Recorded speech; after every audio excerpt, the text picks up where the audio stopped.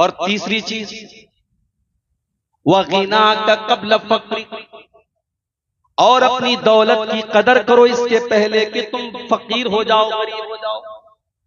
आज अल्लाह ने दौलत दी है, आज आपके पास बड़े बैंक बैलेंस हैं, बड़ी जमीनें हैं, बड़ी जायदाद हैं, बड़े बहुत पैसा आपके पास है। आज हराम कामों में खर्चा करने के लिए तो 2000 की नोट आप निकाल लेते हैं और लाखों करोड़ों खर्च करने के लिए तैयार हो जाते हैं। अभी बनारस में एक शादी हुई, लड़की वालों ने ये डिमांड की, लड़के वालों ने ये डिमांड की कि हमारे यहाँ से जब बारात जाएगी तो बहुत अच्छा लॉन बुक होना चाहिए, एक अच्छा लॉन बुक होना चाहिए।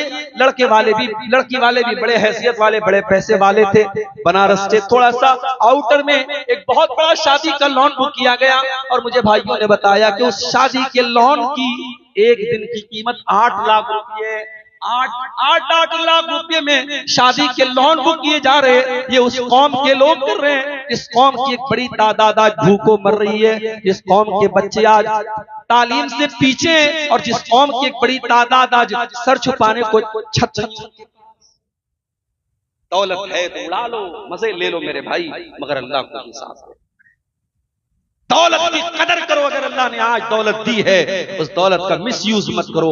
बहुत सारे नेकी के रास्ते हैं, बहुत सारे गरीब बच्चे हैं, बहुत सारी यतीम बच्चे हैं, बहुत सारी बेवाएं हैं, बहुत सारे इदारे हैं जहां आपके माल की जरूरत है, आप हराम रास्तों पे खर्च कर रहे हैं। जरूरी नहीं है, हमने देखा है बड़े बड़े बादशाहों की औलाद आज भीख मांग रही है, बड़े बड़े अमीरों और करोड़पतियों और अरबपतियों को हमने रोड पर आते हुए देखा है, सड़कपति उनको बनते हुए देखा है। अल्लाह के रसूल कह रहे हैं कि अपनी दौलत की कद्र करो इसके पहले।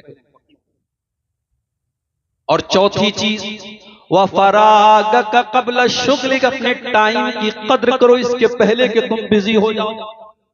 आज अगर आपके पास 5 मिनट का टाइम भी फ्री है तो उस फ्री टाइम को टाइम पास न करो।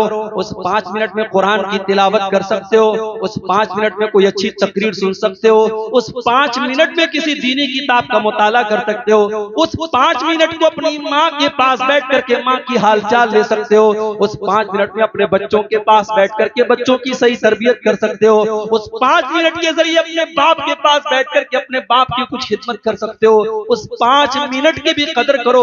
वो 5 मिनट भी तुमको आगे की जिंदगी में नसीब नहीं होगा। जैसे जैसे जिंदगी आगे बढ़ती चली जाएगी तुम अपनी मसरूफियात में बिजी होते चले जाओगे, मसरूफ होते चले जाओगे। अगर तुम्हारे पास फ्री टाइम है, अगर तुम्हारे पास फुर्सत है, अगर तुम्हारे पास वक्त है, अल्लाह के प्यारे नबी सल्लल्लाहु अलैहि वसल्लम फरमा रहे हैं व फराग का कब्ल शुगल, अपने टाइम की कद्र करो इसके पहले कि तुम बिजी हो जाओ। और 5वीं चीज वह हयात का कब्ल मौतिक, और अपनी जिंदगी की कद्र करो इसके पहले कि मौत आ जाए।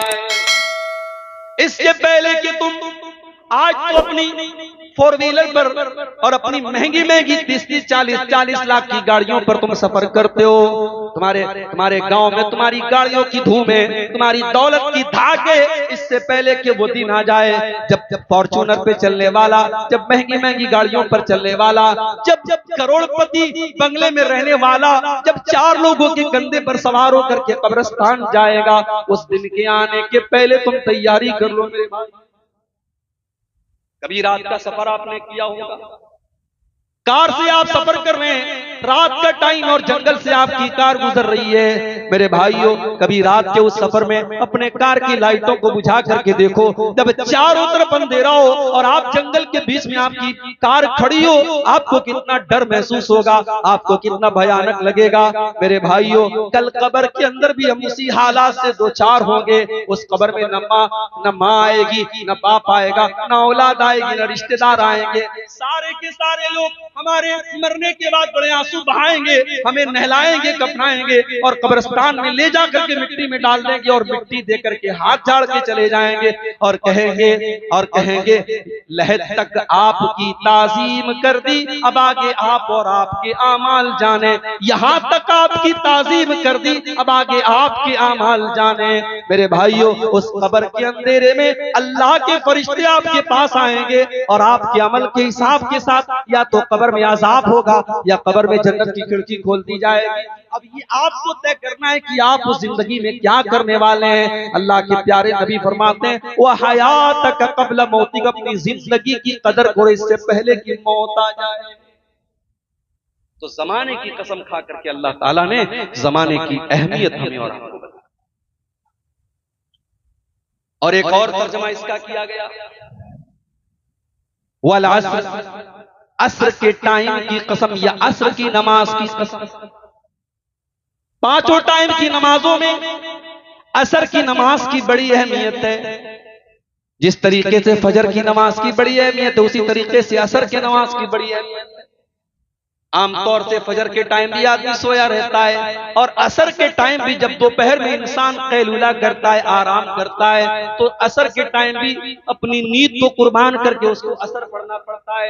इसलिए अल्लाह कुरान में कहता है हाफिजू अलस्सलावाति वस्सलातिल वुस्ता, मेरे बंदो तुम नमाजों की हिफाजत करो और खास तौर से बीच वाली नमाज यानी असर की नमाज की हिफाजत करो, असर की नमाज की पाबंदी करो। वक़ूमू लिल्लाहि क़ानितीन, और नमाज में सुकून के साथ अल्लाह के सामने खड़े रहो।